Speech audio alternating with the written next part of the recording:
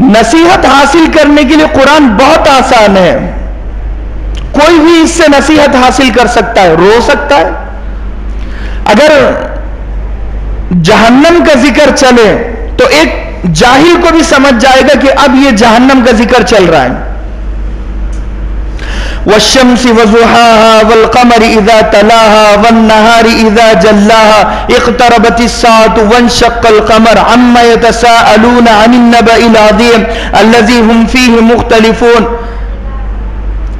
یہ جو آیتیں ہیں, ایک جاہل بھی جہنم کا نام جب آتا ہے قرآن میں تو سمجھ جاتا ہے یار جہنم کا ذکر ہو رہا ہے. جنت کا نام آتا ہے جنت کا ذکر ہو رہا ہے.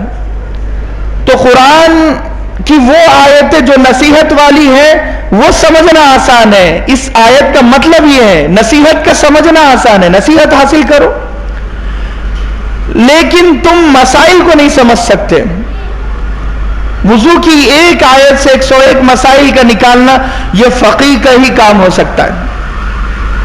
امام اعظم ابو حنیفہ رحمۃ اللہ علیہ پر 17 حدیثوں سے آپ نے 6 لاکھ مسائل نکالے ہیں. صرف 17 حدیثوں سے 6 لاکھ مسائل نکالے ہیں. نکاح کے, طلاق کے, خلا کے, معاشرت کے, معیشت کے, اخلاق کے, دن کے, رات کے, رمضان کے, شعبان کے, شوال کے, سفر کے, حضر کے, خوشی کے, غمی کے. تقریباً شریعت محمدیہ کو آسانی سے پیش کیا ہے 17 حدیثوں پر نظر رکھ کے. ایک آدمی اگر حدیثوں کو پڑھے, بچوں کو 40 حدیثیں یاد ہوتی ہیں, انہیں کیا پتا کہ حدیث کے پیچھے کون سا مسئلہ ہے. حدیثوں کا یاد کرنا آسان, حدیثوں کا پڑھنا پڑھانا آسان, حدیثوں کا سمجھنا مشکل ہے. قرآن کا پڑھنا آسان, قرآن کا پڑھانا آسان, قرآن کا سمجھنا سمجھانا آسان, قرآن کا صحیح سمجھنا مشکل.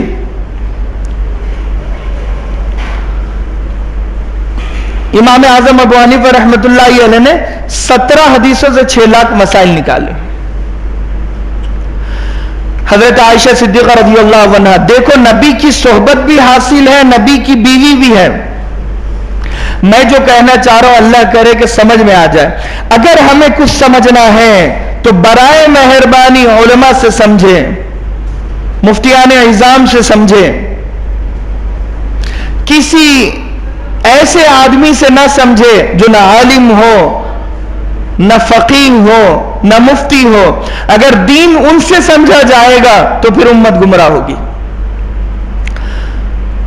ایک آیت مَن یعمل سوءًا یجز بہ, کہ جو برا عمل کرے گا اسے سزا ملے گی.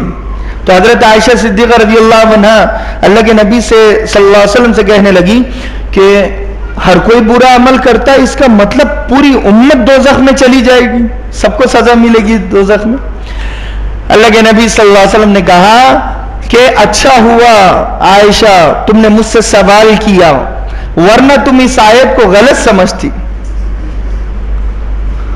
حضرت عائشہ صدیقہ ہے, دیکھو عربی زبان ہے ان کی, ایسا نہیں ہے کہ ان کی زبان اردو تھی یا مراٹھی لینگویج تھی یا انگلش لینگویج تھی.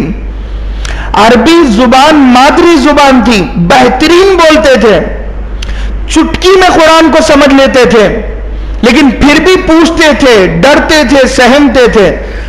تو حضرت عائشہ نے پوچھا کہ کیا مطلب ہے اس آیت کا؟ تو اللہ کے نبی صلی اللہ علیہ وسلم کہنے لگے کہ جب بھی کسی کو کوئی پریشانی آئے تو اللہ پریشانی بھیجتا ہی ہے اس کے گناہوں کی وجہ سے, گناہوں کو ختم کرنے کے لیے. سمجھ میں ہی بات. مثال کے طور پر میں نے نمازوں کو چھوڑا تو اب مجھ پر پریشانیاں آئے گی نماز کے گناہ کو ختم کرنے کے لیے, کیونکہ میں تو توبہ بھی نہیں کر رہا ہوں. آدمی پر پریشانیاں, مصیبتیں, آفتیں آتے ہی اس لیے ہیں کہ وہ گناہ زیادہ ہو جاتے ہیں, گناہوں کو ختم کرنے کے لیے مسلمانوں پر.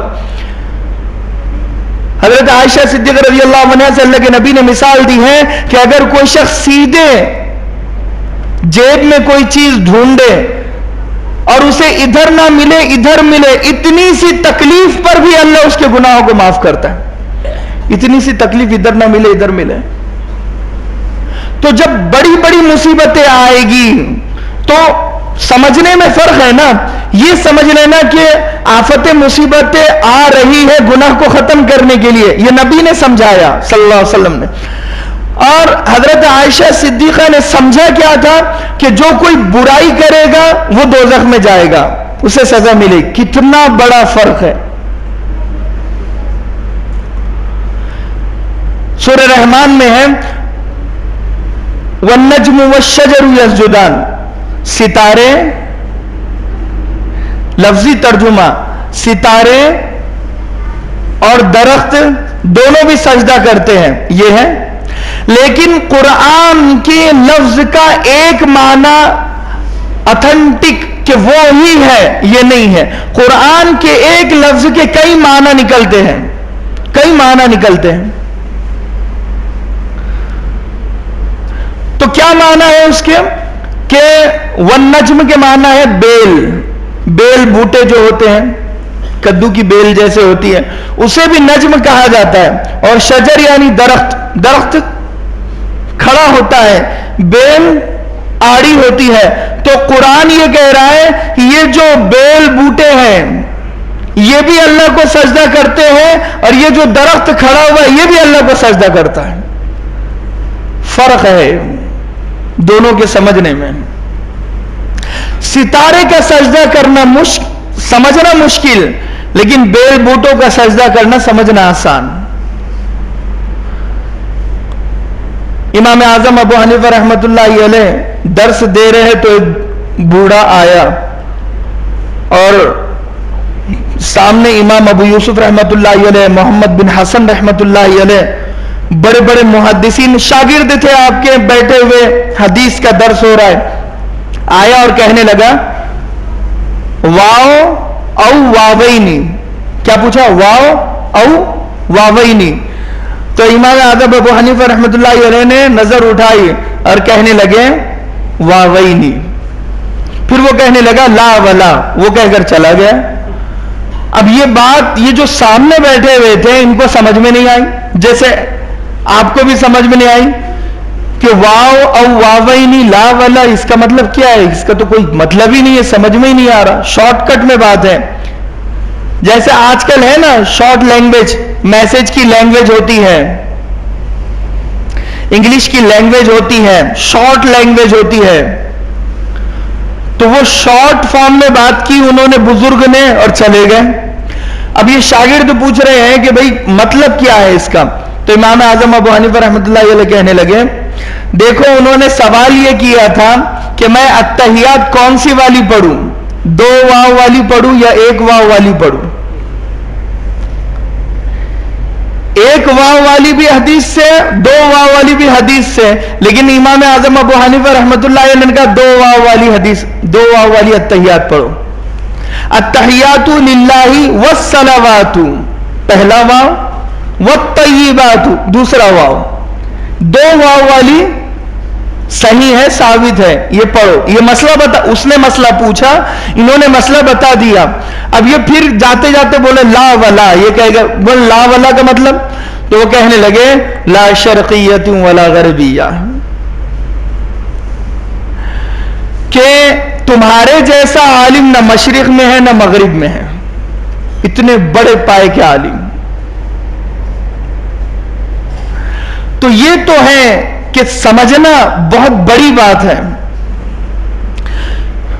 ایک حدیث کا درس ہو رہا امام اعظم ابو حنیفہ رحمۃ اللہ علیہ کے مجلس میں، اور ایک خاتون سامنے سے آئی اور دروازے پر رک گئی شرمندگی کی وجہ سے، مسئلہ پوچھنے کے لیے آئی تھی. اس نے اپنے بیٹے کو سیب دیا اور کہا کہ جاؤ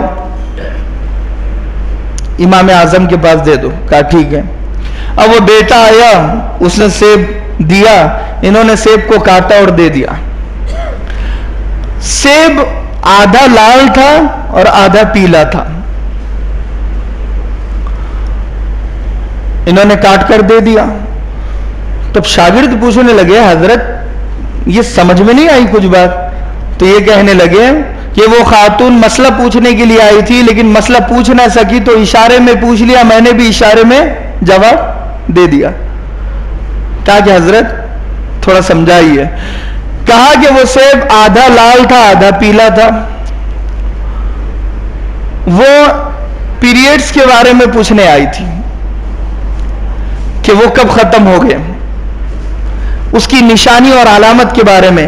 سیب کو میں نے جب کاٹا تو میں نے بتایا کہ جب سفیدی زیادہ ہو جائے تو پاک ہو جاؤ گی, پھر تم عبادت کر سکتی ہو.